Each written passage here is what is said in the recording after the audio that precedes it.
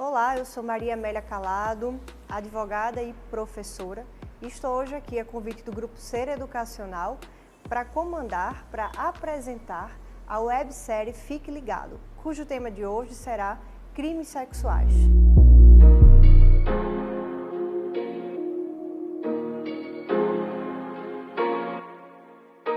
Professor Zé, então a gente pode dizer que mesmo prescrito, é muito importante que as mulheres elas venham a denunciar, ainda que esse crime tenha ocorrido há 30, há 20 anos, ao tempo que tenha ocorrido, como uma forma, inclusive, de encorajar outras mulheres a também denunciarem casos semelhantes.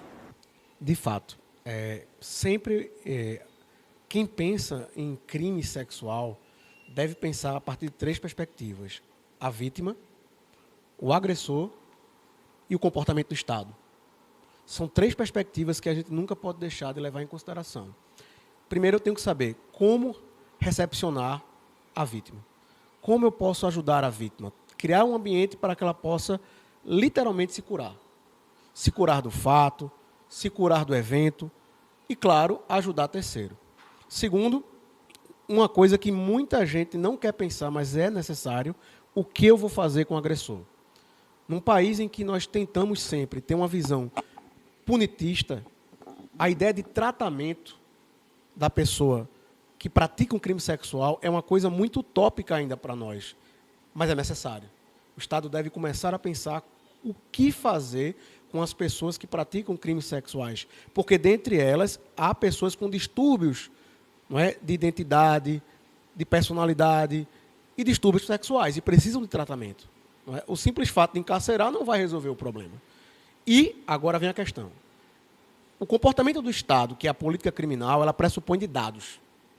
Se o Estado ele quer reprimir um tipo de determinado comportamento, ele precisa saber quem pratica o comportamento, quando foi praticado, quem é a vítima, o que eu posso fazer para aumentar, por exemplo, a polícia ostensiva nas regiões onde acontece a maior, né, violência sexual de pessoas que são desconhecidas, etc. Então, encorajar a mulher, encorajar a vítima a falar da violência sexual, além de ajudar a traçar um cenário que vai ajudar novas vítimas a denunciarem também, a essa recepção que a gente precisa trabalhar melhor, eu posso ter uma dinâmica do Estado direcionada para esse tipo de evento. O Brasil é um país que não leva a sério a segurança pública. E é algo que nós devemos hoje ter muita atenção. O sistema de segurança pública do Brasil, principalmente no que concerne aos crimes sexuais, ele precisa se aperfeiçoar. Quando uma mulher é encorajada a falar acerca do que passou, da violência que sofreu, ajuda no processo de cura dela, ajuda no processo de cura da outra vítima e ajuda o sistema a melhor atuar para coibir e punir ou tratar as pessoas que praticam, não é, a violência sexual. Isso, os números no Brasil são assustadores, né? E os números que são divulgados, né? Os que vêm a ciência da população, da comunidade como um todo. O que é que o Estado pode fazer em um país como o nosso, com os números, como ditos agora há pouco, alarmantes, para que casos como este, de João de Deus ou de qualquer outro abusador, eles sejam coibidos? Doutora Amélia, eu acredito que a primeira coisa, primeiro momento, hoje no Brasil, a gente deve debater a educação sexual. É o primeiro passo. A gente precisa mostrar às crianças qual comportamento é aceitável e qual não é. Uma criança, muitas vezes vulnerável, quer seja na vida do esporte, quer seja na educação, na relação dele com os vizinhos, com outros colegas, ele precisa de uma educação sexual. Muita gente confunde educação sexual com iniciação sexual. E isso no Brasil está causando um choque gigantesco. E muita gente prefere ignorar o fato de que a violência sexual existe. Existe de formas, veja, inúmeras. O Brasil só quer prestar atenção na violência sexual quando ela é física, quando ela já é evidenciada. Ora, a gente precisa trabalhar com a ideia de prevenção, de autoconhecimento da criança e adolescente, para que ele possa reconhecer aquilo que é permitido e aquilo que não é permitido. E a partir dessa autoeducação, desse autoconhecimento, com a participação da escola, com a participação da família, com o conselho tutelar mais atuante, nós teríamos um cenário mais propenso para uma melhora do sistema punitivo, uma melhora da recepção das vítimas e, claro, como tratar os agressores. Porque, eu repito, é preciso que a gente pense além do cárcere. É preciso que a gente pense que esse indivíduo um dia vai retornar para o convívio social. Vai haver a reinserção social do agente na sociedade. Como eu quero que ele retorne? Se eu somente encarcerar, ele voltará do mesmo jeito? Ele mudará? Então, é preciso pensar no tratamento, sim. Eu acho sempre bom também a gente pontuar uma coisa em relação a esse acusado, né, a esse agressor. Quando a gente fala em direito penal, numa política preventiva, a gente fala antes da vítima, porque o direito penal ele só surge quando a vítima ela existe. E aí o que é que eu quero? Eu quero que eu tenha um Estado que garanta que, se eu for estuprada, ele puna rigorosamente o meu estuprador, ou eu não quero ser estuprada. Percebem? Eu não quero ser estuprada.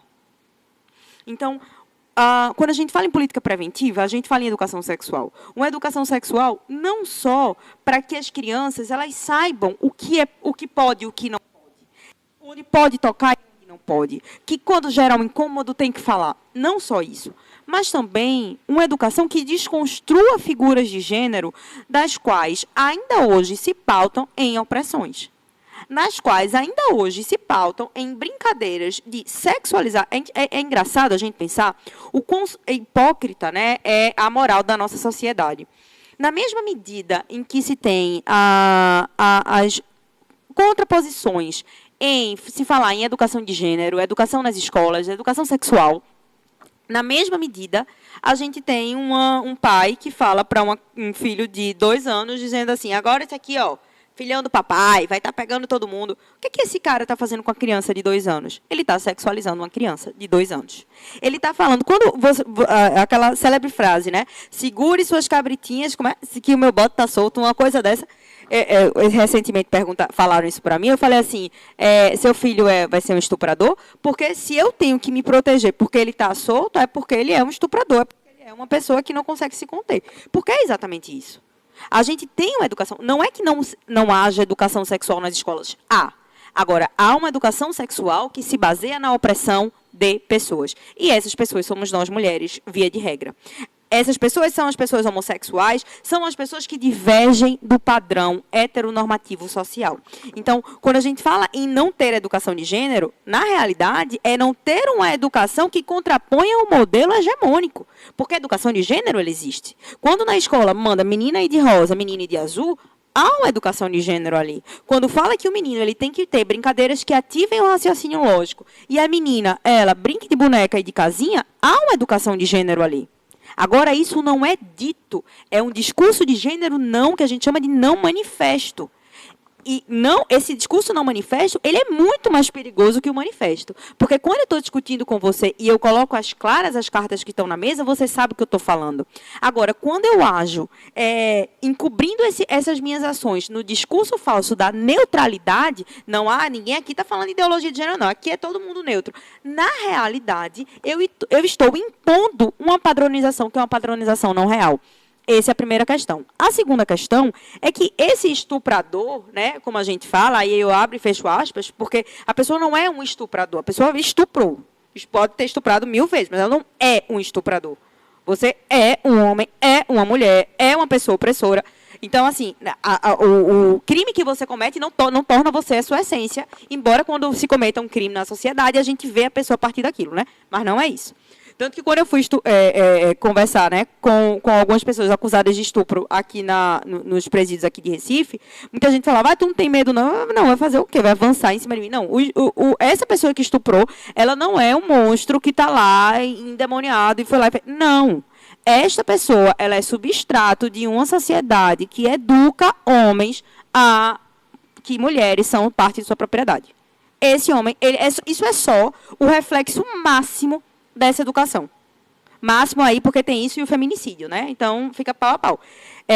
A gente precisa de uma educação que desconstrua esses papéis de gênero, que desconstrua esse papel da virilidade masculina. Pensem, a virilidade masculina, esse domínio, essa agressividade, que naquele momento, quando é uma criança, é engraçado, posteriormente, quando ele cresce, reflete em nós, mulheres, sobretudo. Então, é importante que haja uma desconstrução para se construir uma educação libertadora. Uma educação em que homens e mulheres eles sejam, de fato, iguais dentro da sociedade. Para que eles aprendam a nos respeitar, aprendam que não é não. E que nós não somos o objeto, né, lacrado que eles podem lá nos usar a hora que eles quiserem, enfim, porque é essa a percepção do estupro. Então, na medida em que a gente não desconstrói isso, não tem política que mude. É essa ideia, né? Vamos aumentar a punição. Gente, quando a pessoa vai cometer um crime, sobretudo um crime como esse, ninguém olha para a pena. Deixa eu aqui abrir o Código Penal. Aumentou de 20 para 30 anos, né? Não vou cometer esse crime, não. Não, ninguém faz isso. As pessoas agem no ímpeto. Então, assim, não adianta uma maior severidade na pena se eu não mexo na base. Se eu não faço política preventiva, eu posso colocar a pena que for.